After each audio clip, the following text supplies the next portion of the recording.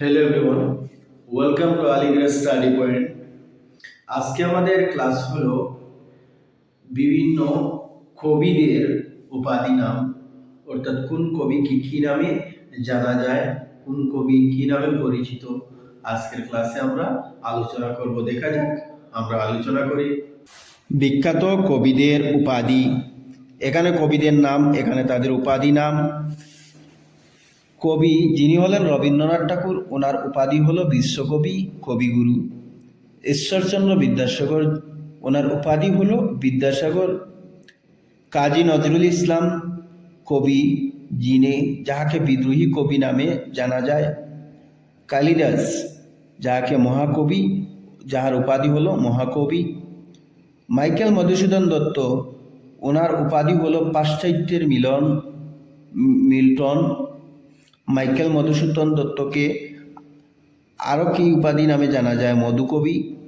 Michael Madhusudan দত্তের আরও একটি উপাধি হলো দত্ত কুলুম্বব কবি।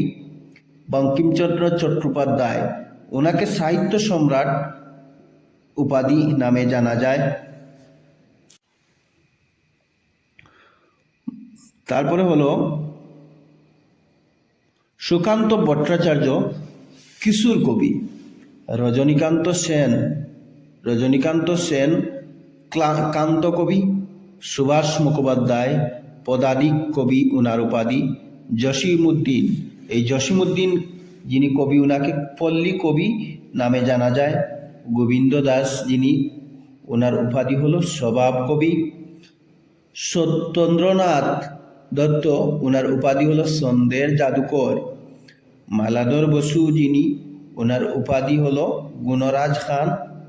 মুকুন্দ দাস কবি, ওনার উপাধি হলো চারণ কবি।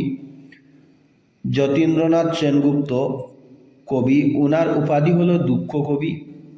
রামপ্রসাদ সেন, ওনার উপাধি হলো কবিরঞ্জন। এতক্ষণ আমরা আলোচনা করলাম বিভিন্ন কবিদের উপাধি নাম সম্পর্কে। Thank you everyone.